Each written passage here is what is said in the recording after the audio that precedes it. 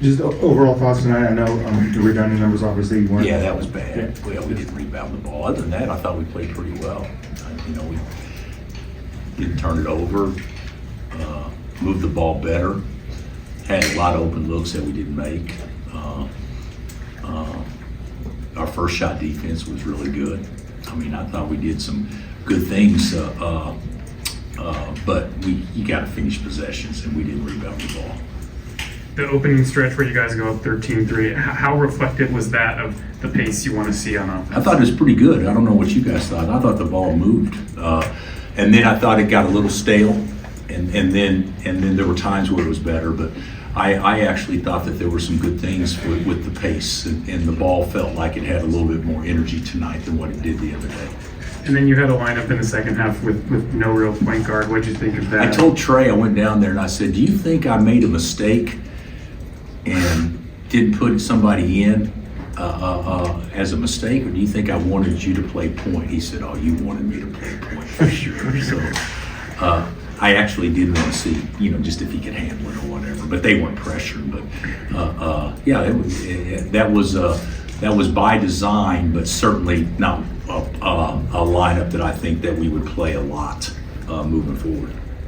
Bill, on the pace, when you talk about playing faster, is it running every time, or is it just getting into things faster? No, it's everything. It's pushing it, running unselfishly, getting the ball down the court as quick as possible, but we have the expression, the old Spurs expression, 0.5 rule, and some guys maybe don't need to have that rule as much as other guys do, but I did think the ball moved faster tonight. Even when we didn't get much accomplished, the ball got to the third side pretty quick, and I thought that was a good thing.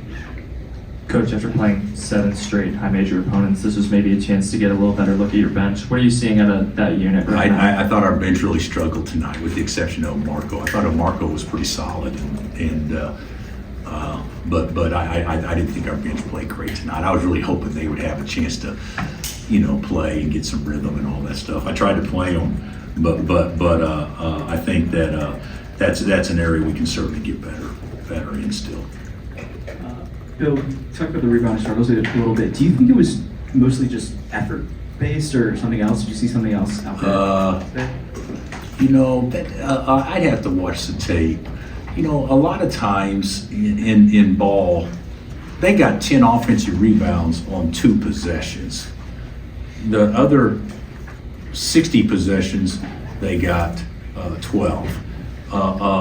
But I think a lot of it is, to me, is it competitiveness? I think part of it is. But I think the majority of it is, we're half step behind, don't anticipate, don't play big. Balls hit guys in the hands and they don't secure it. The best rebounders are the ones that want the ball the most and the worst. And I didn't think that we went after it like we need to go after it to have a all-around good defensive team. And with Darren, go a little bit about what the timeline is looking like. I don't know. I really don't. Yeah. But I know that we practiced yesterday, but he wasn't moving like he's capable of moving by any stretch. Much like the NC State game, much like the Missouri game. Although Missouri, I think, was more health related than it was legs, but it's not his hamstring, so at least we got that going for us. But he's frustrated. He's frustrated. When you can practice, you can be out there, but when you're young, but when you get a little bit older, your body doesn't exactly react the way your brain tells it to as you get a little bit older. I'll probably experience that in the next few years. That's what he's going through at age 19. His body's just not reacting. His brain's telling him to go somewhere and do it at this pace, and his body's just not reacting to it. So we still believe that it's, a day-to-day deal. We still believe that we'll get through this. but until, you know, he can actually move the way that his brain's programmed to move, his body to move, then we'll probably be very cautious still. What did you think of Melvin's performance after going for 36 the other day? I thought he's good again. I don't know. I like watching him play, and he's kind of finding himself. So which I think was, you know, which is nice. I think early in the year you told us he'd be a fan favorite. Can you tell that's happening with the barking and everything? Yeah. I think the barking is a key element to people actually really liking him play. I just think, you know, you play with the smile and you play with energy, people like that. And then when you're fast, it actually looks a little cooler when you play that way too. Second lowest scoring output of the year for an opponent, 49. Is that pivotal for this team? And how do you think? Do you go home ecstatic that you hold the team under 50? No, but I'll go home thinking our first shot defense is getting better. We just don't rebound the ball the way we're capable of rebounding the ball. But I do think we have a chance to be a really good defensive team. I don't think we are yet, and our defense is definitely ahead of our offense. But you know, it's when we get all our pieces out there and have some time to play together. I see the thing coming together in a way that we haven't seen yet. Coach, Melvin's whole, you know, dog persona, have you seen that rub off on the guys a lot? And is that maybe something that you saw in the recruiting process, or even he talked about in the recruiting process? Guys, the things that we're saying about that, and you guys are picking up on it, is exactly what he hoped that you guys do. It doesn't have. I do think he plays hard and everything, but I think it's you know, I saw him back out of a charge down there, you know, you know, so it's not like it's 100% on all the time. But I think he's a really good player, and I think he's having fun with it.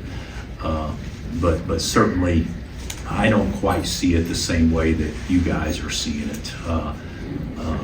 I think he can become. I think he can graduate from a Shih Tzu to at least a Bulldog here in the next couple of weeks. So. After the Missouri game, Trey White talked about the closeness of this team, brotherhood. It seems like he's a guy that everybody loves on this team. I do think everybody likes Trey. How important is it to have a guy like that? I think it's important to have multiple guys like that, but I think Trey and you know, I think people like BT, I think people like Cole, I think people like Melvin, Flory's, you know, beloved, Darren, you know, everybody likes Mari and Marco. I actually think that there is a closeness to it, in large part because sometimes with teams, there are distractions that keep everybody from hanging out together. I don't think we have those right now. I'm sure guys got girlfriends, but for whatever reason, they seem to hang around each other all the time. Where you know, sometimes, you know, different things can occupy the majority of your off the court time, and I don't feel that with these guys. What did you think of Tiller today and him hitting a three for the first time in a while? Yeah, I'm glad he made a three. I'm glad he made a three. He didn't rebound the ball, but none of us did. But I thought he showed some pretty good moves on the post and things like that. He's skilled in there. So Bryson's a good player, but it's not really fair to him because he's having to guard on the perimeter, and he's never done it before in his life, and so it's new. But we're far enough along in the season that he can still keep making some major strides with that. When you look at the big picture of the schedule and sort of the timeline of it all, at what point do you feel like you get worried about where Darren is? I've been concerned for, 5 weeks. Guys, he couldn't finish the Louisville game. You get 24 and 14 minutes, and then you say, I can't go. And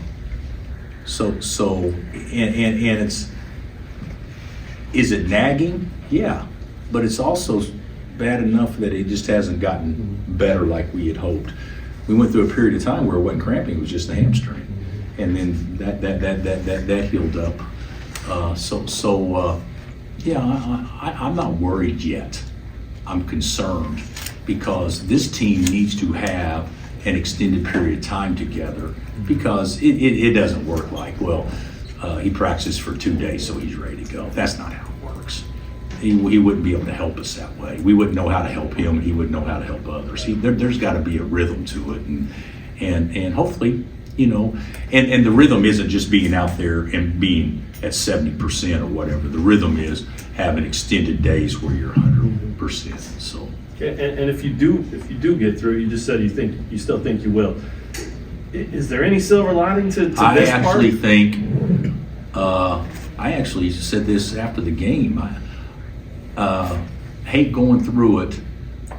Would Melvin find himself if he was deferring all the time? I mean, there's some things that are positive now. If everybody can fit back in and Darren can understand that, hey, these guys can make some plays on their own too, and I can help them make it, and then they understand, well, we still got to, he's still our leading scorer. He's still got to get 15, 17 shots a game.